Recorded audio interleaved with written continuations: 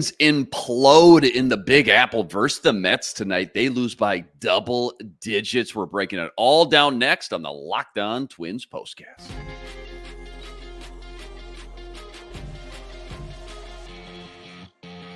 You are Locked On Twins postcast, part of Locked On Minnesota on the Locked On Podcast Network.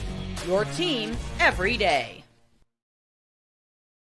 Back in the lab, back at another Minnesota Twins postcast episode right here on the Locked On Sports Minnesota Network. It's your team every day. You got myself, Luke Inman, at Luke_Spinman. That's the man, CJ Baumgartner. He's on X, at BaumCJ30. And CJ, before we jump into all the action from tonight's game, quick reminder, tonight's episode brought to us by Prize Picks, the easiest and most exciting way to play daily fantasy sports. Go to prizepicks.com/LockedOnMLB. Use code, this is all lowercase, LockedOnMLB for a first deposit match up to $100. Okay, game one in the Big Apple, taking on the Mets. Don't say this very often, but Simeon Woods Richardson, he got clobbered. 7 hits, 6 earned, 3 walks on the day, 81 pitches in all. And the bullpen, man, it really wasn't any better. They couldn't stop the bleeding one bit.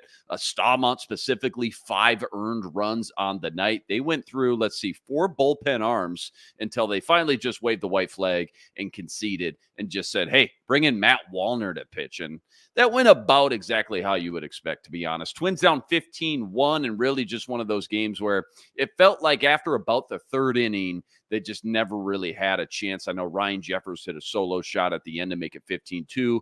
Buxton and Margot with a couple hits each. But outside of that, it was a lot of swing and misses, a lot of 0 for 3s, a lot of 0 for 4 kind of night in the lineup. So Twins do lose game one to the Mets. 58-47 now on the year is their record. Make matters worse, Cleveland beats Detroit tonight, so now they're 5.5 games back in the Central. CJ, let's just start where we always start. Kick us off, biggest takeaways, kind of A topics. Then we'll do a little bit more of a deep dive on Simeon Woods Richardson's kind of rare night off tonight in game one. In one word of tonight's game, yikes. I mean, that's pretty much all. There's just some nights where the other team is seeing the ball incredibly well. It's a hot and sticky July night in New York. Mets have been playing really well over the last couple months. And sometimes you just have a team, Twins are rolling out their fourth, fifth starter. You just sometimes end up getting beat like that. Now things implode a lot worse than you'd like them to. But yeah, I mean, in totality, this game was no good, very bad. This was brutal to watch. I know we were going back and forth a few innings ago, and it was like, I looked up and I thought maybe it was like the 8th, 7th inning. And it was like the 6th and 5th inning. And it just felt like it drug. And well, I mean, those kind of nights are horrible in the moment, but you're just not going to remember a loss like this a couple of weeks from now. It's still not particularly ideal that you had to burn through some of your bullpen guys, but overall, not great game. Just got to bounce back and try and win that. Here's the good news, and everybody's got a differing opinion on this. I'm curious what yours is. You lose 15-2 tonight, but they all count the same. So it's the same in the loss column as a 4-3 nail biter when you lose in walk-off dramatic fashion. Is there one that you'd rather have? Because in a game like this that's just so ridiculously bad when you look at the box score numbers, it's kind of nice to be able to say, all right, let's just scrap it. Maybe we got it all out of our system and let's just move on. Sometimes those nail biter, dramatic fashion walk-off losses, they linger with you a little bit more. But I suppose a lot of people could say the same about a blow-up loss like this as well. Where do you stand on kind of that?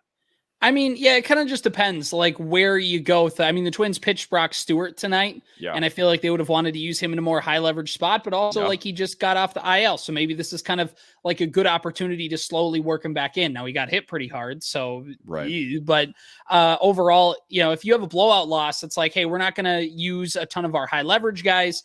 We already know we lost this game. Let's wave the white flag. And let's pitch some of our low-end guys and get through this game, position player, whatever. And then tomorrow, we still have all of our high-leverage guys to try and go at him. Whereas if you lose a game 4-3, you've burned through, you'd burn through Duran and Jax probably, and whatever. It kind of depends on how you look at it. I mean, either way, it doesn't set up because the other team also can do likely the same thing where they also don't have to pitch a lot of high-leverage guys, and they also don't whatever. But overall, I'd say a loss like this is okay in game one of a series because it's like, all right, flush it.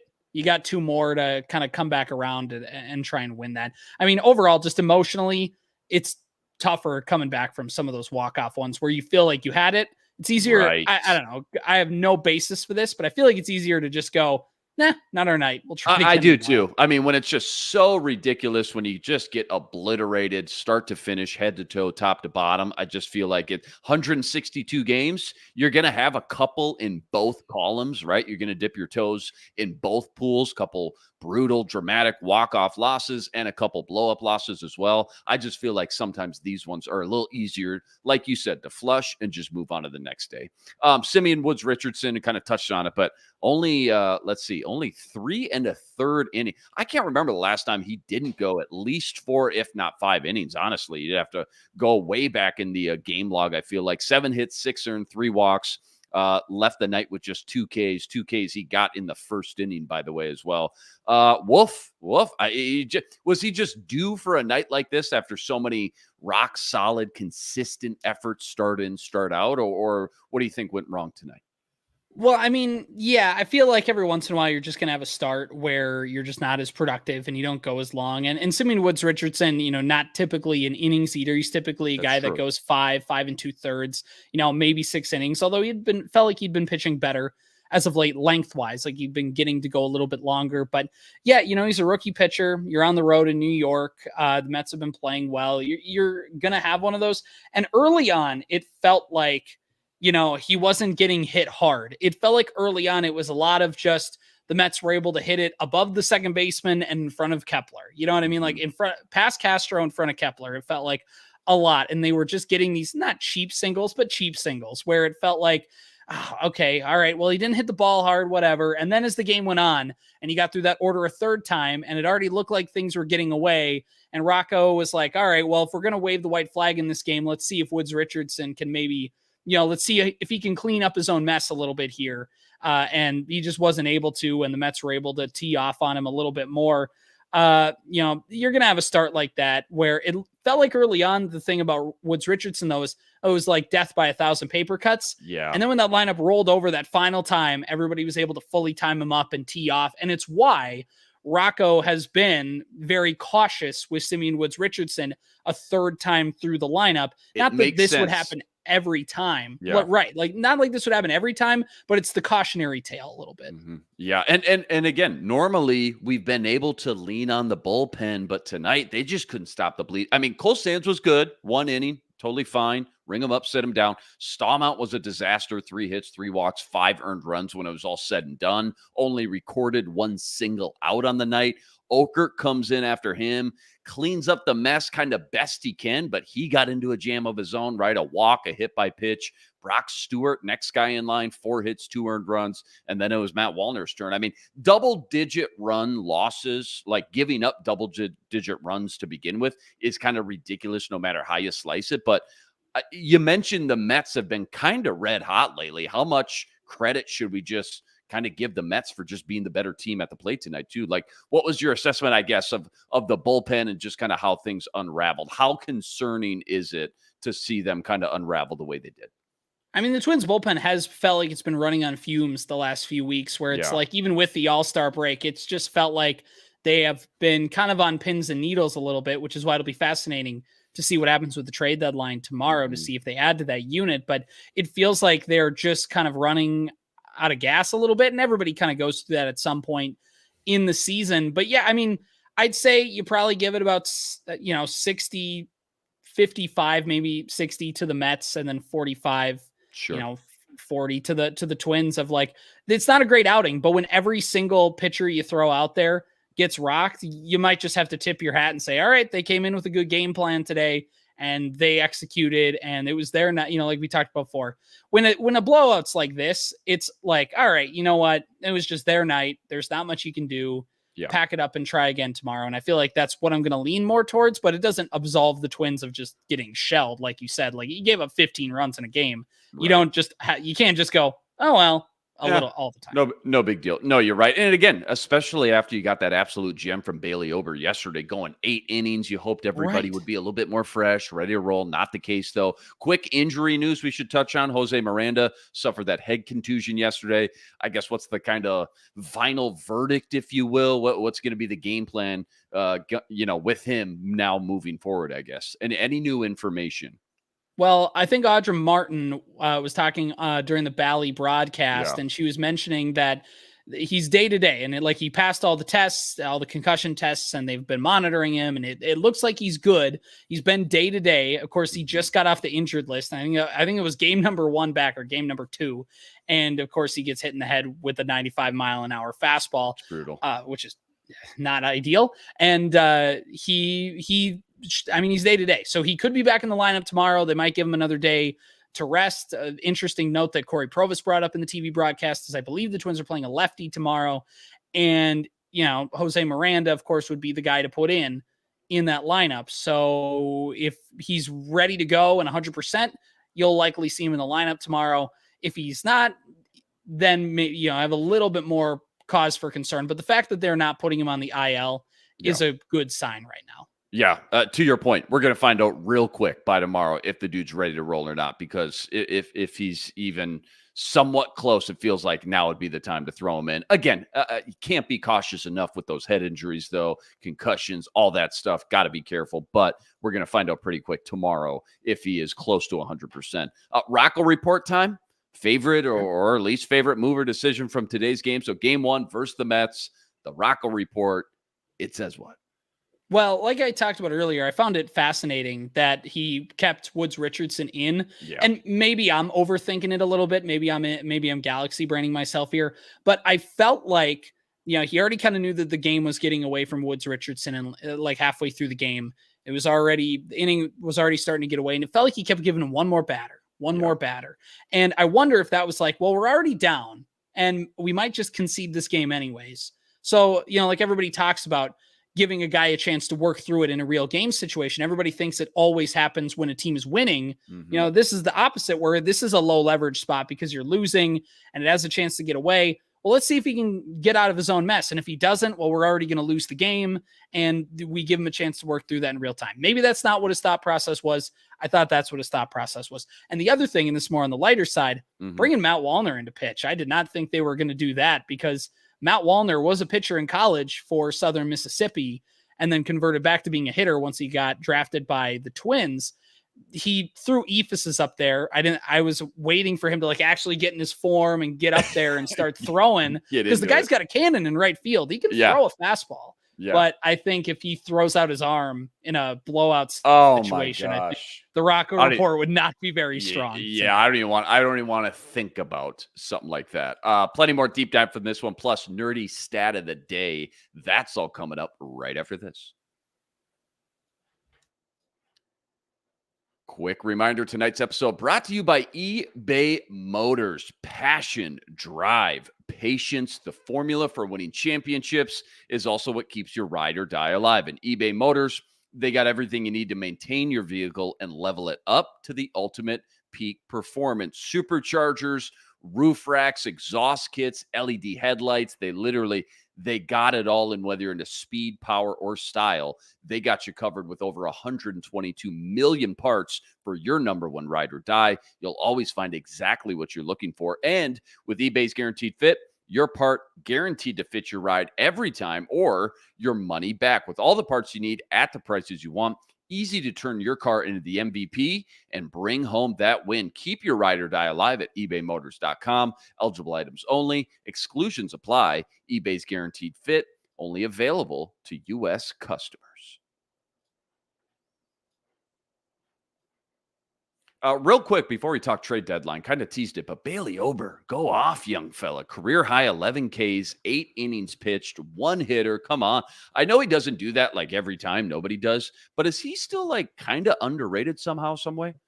Yeah, I mean, I think Bailey Ober, especially from where he was a couple of years ago, and maybe even to 12 months ago at this time, the Twins were very critical of his innings limit because he had not really pitched that much in his life, especially coming up in the big leagues in 2021. Remember, they shut him down in late August and said, your season's done. We're not going to push you. We wanted to save your arm. Season's over at that point. Have a good season, come back in 22. 22, he was hurt for a lot of the season. So then in 23, he still really hadn't had that long of an innings limit. You saw about this time a year ago, he started to kind of fade a little bit, and he ended up going back down to St. Paul for a little bit.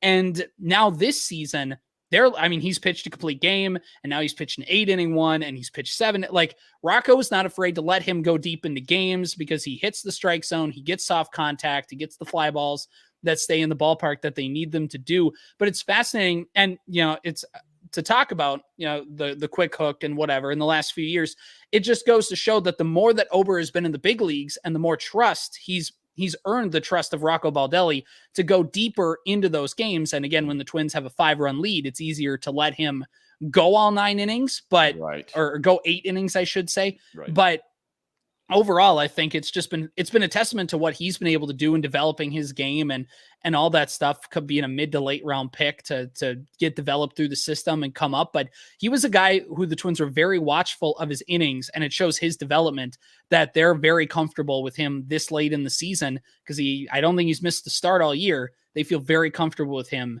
pitching 7-8 innings every single time. Yeah, he's been low-key absolutely fantastic. Again, doesn't have that kind of outing or performance every single start. Again, nobody does, very rare. But man, he sneaks up on you once every 4 or 5 starts, and he'll push it 7-8 innings, double-digit Ks, and it's just like, man, this guy's still got the goods for sure. Trade deadline, inching closer and closer. Up on The Athletic right now, I just pulled it up. Yusi Kikuchi, left-handed pitcher from Toronto. I'm sure I butchered that name, but that's pretty much like the one and only guy they have listed and kind of connected to the Twins specifically. Apparently, they've shown some interest in him. Does that name ring any bells? Does it add up for you? And I guess what can you tell us about him and his potential fit with the Twins? Well, Kikuchi had a potential fit mainly because of just his contract status. He was on an expiring contract, so there's not a ton left to be paid out. Of course, the Twins are on a self-imposed salary restriction, so it's going to be very tough for them to add anywhere this trade deadline. But, some kind of late breaking news over the last hour-ish over tonight is that he's going to Houston. Another one bites the dust. Okay, it happened quick. And Frankie Montes, another starting pitcher, he got traded from the Reds to the Brewers. That was a potential name that could have been thrown around for the Twins. But yeah, Kikuchi was a guy that fit because it's more of the characteristics of he's cheap and he has some playoff experience. Of course, Carlos Correa hit the single off him in the wild card series after relieving Jose Barrios. But he'd been a guy that's pitched a lot, seen it. Had an expiring contract, could have been a fit on this team, but now he's going to Houston in a little bit of an overpay for the Astros because it's their 9th prospect and a couple others in that deal for an expiring player. But it's going to be tough for the Twins because there is really not a ton of guys that fit. The barrel looks dry all of a sudden, does it not? It wasn't a really strong. Normally there's like 1 or 2 really big name players in the trade deadline. And maybe it was Randy Arozarena this cycle and he's already off to Seattle, but it feels like there's one player that everybody's waiting at the deadline to get moved. A couple of years ago, it was Juan Soto. Last year it was like Verlander and Scherzer getting traded. This year it feels kind of dead in that regard, and mainly because the National League is so in flux with the wild card. Who's competing, who's not, is a little tough. And with the new extra wild card team, it's great for parity and competitiveness and all that. But if you're a buying team at the trade deadline, the list of sellers shrinks. And this year, it just feels a little bit different. And for the Twins specifically, normally they want guys who have an extra year of team control, like a Tyler Mahle, all the way back in 2019 when they traded for Sam Dyson. Now, both those trades didn't work out for very different reasons, but they like to get a guy who can help them in the stretch run. And then you're also getting them next year. So it's almost like you're picking up a free agent. Yeah, why would you not? Yeah, of course. Right. Yeah. It's a long-term and short-term play. This year with the salary cap, with their self-imposed salary restrictions, they're not going to do that. They're trying to get an expiring player. And there's just not a ton. If you look in the starting pitching market, there's maybe Max Scherzer, but again, it doesn't look like Texas is going to trade him.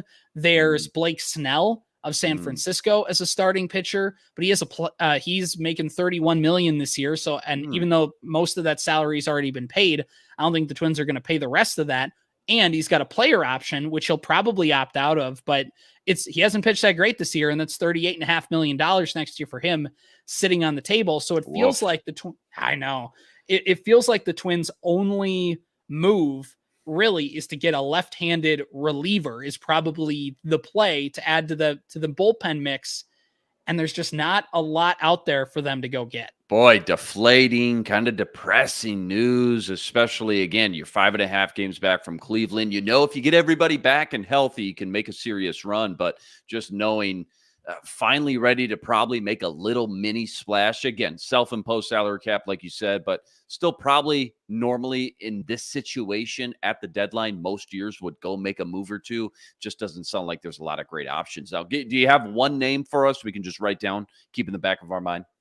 There's a couple names that you could throw around. One would be like the big fish of like Aroldis Chapman with Pittsburgh. Of course, World Series winner with the Cubs and then with the Rangers last year. He's making $10.5 million this year. He's a lefty. Obviously, he has a lot of walks this year, but he still throws. He's got a flamethrower back there. The pairing of him and Duran would be very fun. Yep. I don't think that could happen, but it's on the table. There's also Tanner Scott from, if I'm reading it right, I think he's also on that list of guys who are on an expiring contract. He's a lefty reliever for the Marlins, who's having a good year down in Miami. Those are a couple names to watch. But again, if you're asking me on like a gut level feeling, do I think the Twins end up making a trade based on just who's available and their self-imposed salary restrictions? Feels like a year where they might stand pat. Yeah, kind of deflating news, I know, for some Twins fans. We'll see how it all shakes out, though. Again, at the time we record this, about 15 and a half hours away. All right, don't go anywhere. Got to preview Game 2 tomorrow with the rookie David Festa on the mound. That's all coming up right after this.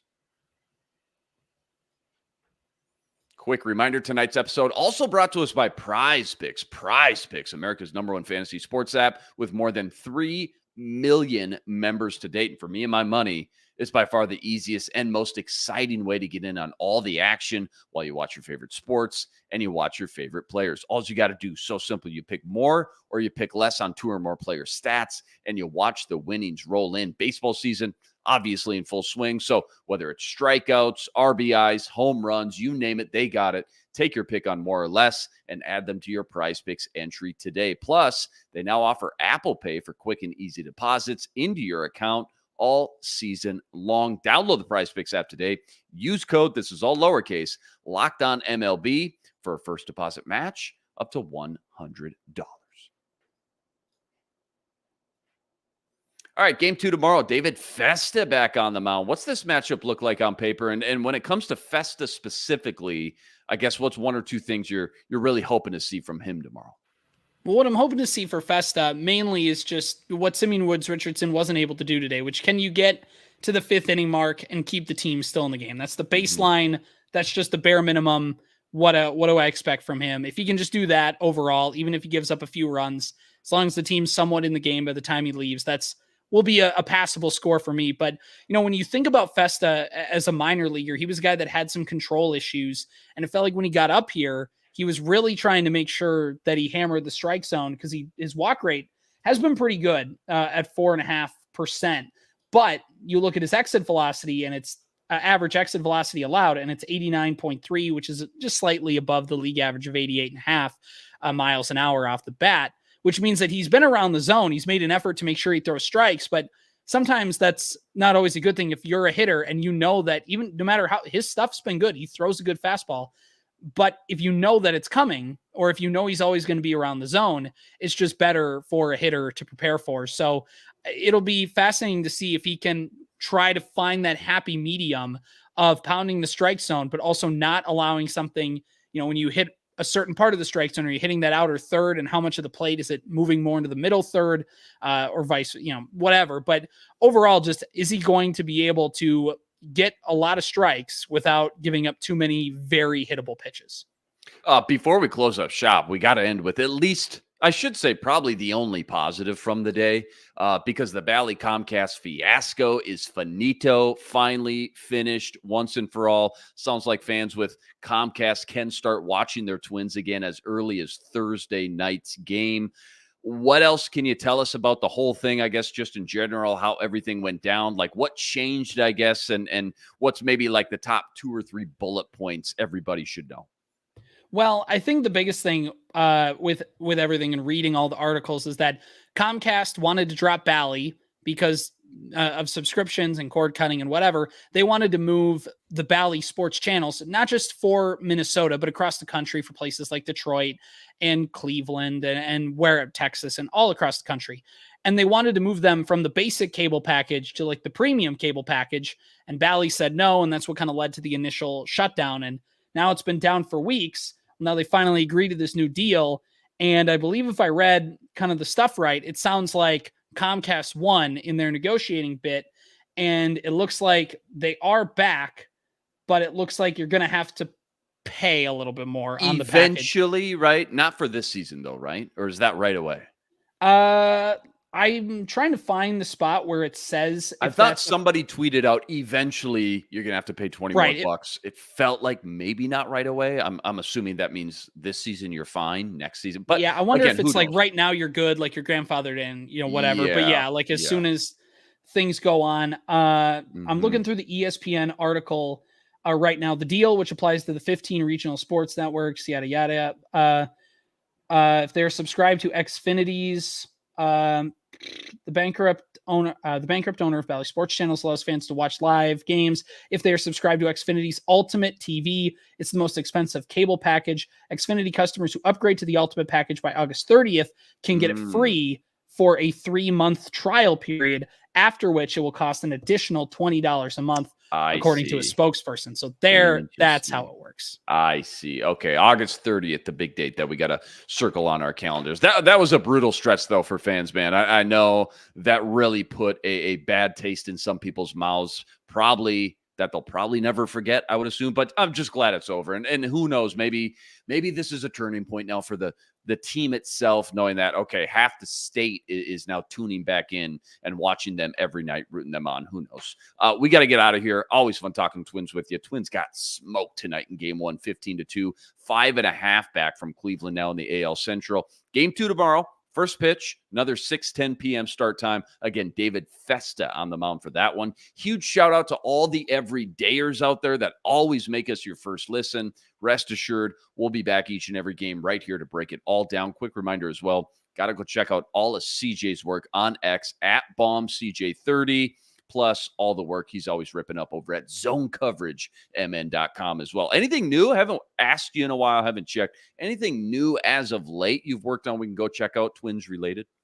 Yeah, there's a couple different things. One of the articles that I've written most recently was talking about Caleb Thielbar and just kind of how the Twins are going to have to try and fix him again, and that they've done it before. When you look at them kind of bringing him in from independent ball in 2013, 2014, around that time, and then having to fix him back then when he came back with the team in 2019 and his work with Driveline. And now it feels like they're going to need to tweak something again. But on the lighter side, I wrote an article around the All-Star break talking about how Willie Castro is like that timeless twin. Because I just couldn't stop wrapping my head around Willie Castro playing in like the 08 Twins with like batting behind Denard Span in the 2-hole on the Metrodome turf, slapping that ball down. Like, couldn't you just imagine it? Oh, man, you're bringing me back, man. Yeah, you're bringing me back. Some sweet times back there. Can't wait to go check that out. Again, that's up over at ZoneCoverageMN.com. Remember, go like this video if you haven't already. Subscribe to the channel. Help us get to 8,000 subscribers. We're so close, and that's always much, much appreciated. All right, that'll do it for us. CJ Baumgartner. I'm Luke Inman on X, at Luke_Spinman. We'll see you next time. But until then, signing out.